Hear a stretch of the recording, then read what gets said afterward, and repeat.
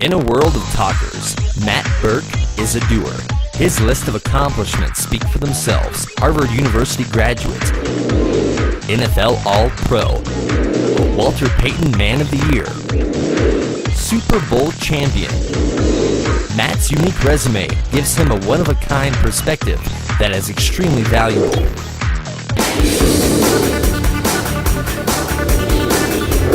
The title of my speech is What Makes Teams Great? For the last 15 years, my workplace has been an NFL locker room, which is a pretty unique workplace. I was fortunate enough to play 200 games in the NFL. So when I played my 200th game, a couple young guys came up to me and they said, "Hey man, what's the secret?" I said, "There's no secret." I said, "You work hard. That's the secret to success, right? We always want the secret. We always want the easy way. There is no easy way." Great teams understand that. They understand that when you work hard, that gives you a chance to have a chance. It's 95% preparation, and you need to have team preparation. You can never go into a game saying, "Oh, this one guy, he can just do his thing and he's going to bail us out." Everybody has to prepare. I mean, on offense, they give you a playbook. It's like that thick. That's the offensive. The defensive playbook's one sheet. It's got a picture of the football and it says, "Go get it." Matt Birk is one of the great hidden gems right now in terms of business speakers. His talk, I think he connects with the audience incredibly because of that authenticity. Obviously, people like the football stories, but it's amazing as he finished off his talk, you could tell how deep the message was just beyond football. I thought he was fantastic. I took a whole bunch of quotes, wrote them down. Everything about leadership, getting that team engaged, really, really critical, and it was a great message. His insights into leadership, teamwork, inspiration, and success are applicable and useful to any organization or corporation. So we start with the fundamentals. Now, center's a little bit different. You got to snap the ball to the quarterback on every single play. So you got to bend over. I'll save you the. So you got to bend over, and the quarterback's got to put his hands underneath you. It takes a little getting used to. 15 years, I don't know if I ever quite got used to it. It doesn't just happen. Every single day of my NFL career, I had to go out 5 minutes early with the quarterbacks, and we would just practice snapping the football. And we would practice every single day. Friday was wet ball day. So Friday, they have a 5-gallon bucket of water, they dunk the balls in the water, and then hand them to the center, and the center's got to stand with the quarterback in case we play when it rains. I would never understand that when I played for the Vikings and we had a home game that week. But we just did it. That was what we did. Every Friday was wet ball day. I can't think about that. It has to be automatic because there's other things I have to take care of, right? I got to block this guy so he doesn't kill the quarterback. You don't take it for granted. When I'm in a game and I'm over the ball and there's a 350-pound nose tackle with his lined up this far from my face and he's got bad intentions and a small rap sheet. I don't want to be thinking about the quarterback's hands or if he's going to get the ball. That snap's got to be automatic. I got to be able to execute that without even thinking, that basic movement, without even thinking, so I can do my job.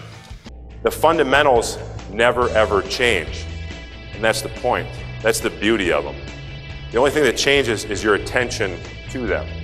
I have great respect for Peyton Manning. He's probably the greatest quarterback or will be the greatest quarterback to ever play the game.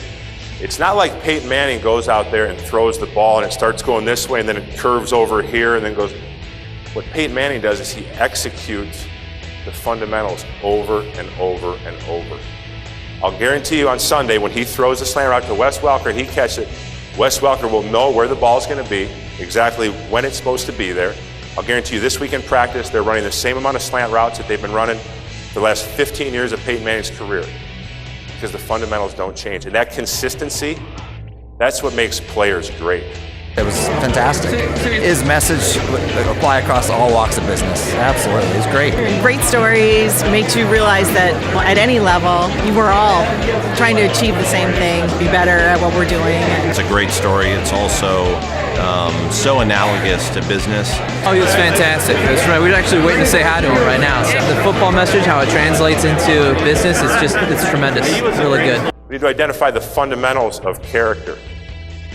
Broke it down to 4 things: wisdom, respect, self-control, and courage. Wisdom, right? We all want to be wise.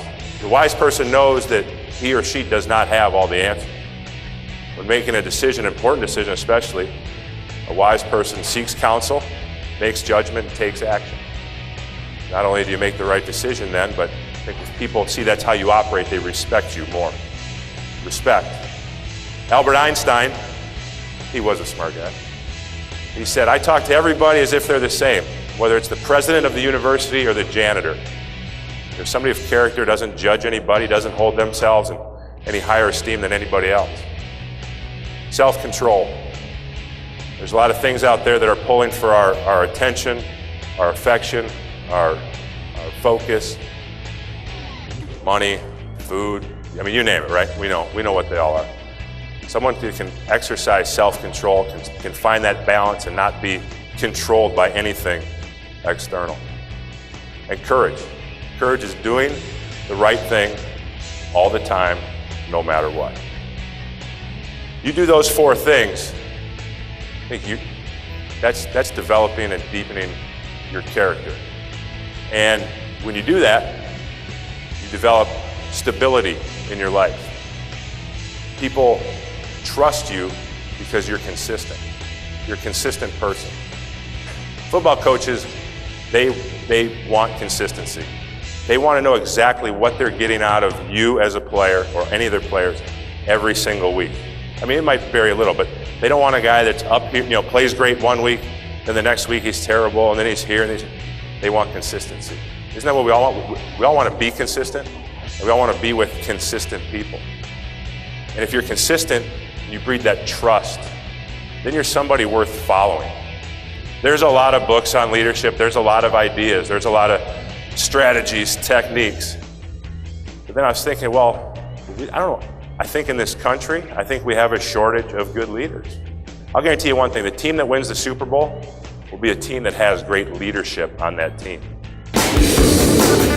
Some people know I retired this past year too. There was no standing ovations or tears shed, which is okay. But there's 53 guys on an NFL roster. It's numbers 10 through 53 on your team, if you're going to rank your players from best to worst. It's players 10 through 53. Those are the guys that win you a championship. Everyone's got the superstars. But it's what team, what bottom of the roster is engaged, is inspired, is motivated for the team goal. How do you plug these guys in? Because there is like anything else. You have superstars and you have the lunch pail guys. But how do you get those guys down here to come up and buy in? You got to plug them into your power source. That they can personally connect to us, I think that's really a good thing for the event. He comes across as just a wonderful guy, and he is a wonderful guy. Every person I talk to about Matt Birk talks about how nice he is and how personable he is, and that came across to the audience today. Matt cares about the success of your event, and your attendees will truly enjoy his presentation. You made it. It was a long, hard road. There were times that you wanted to give up, but you made it. I'm talking to the parents.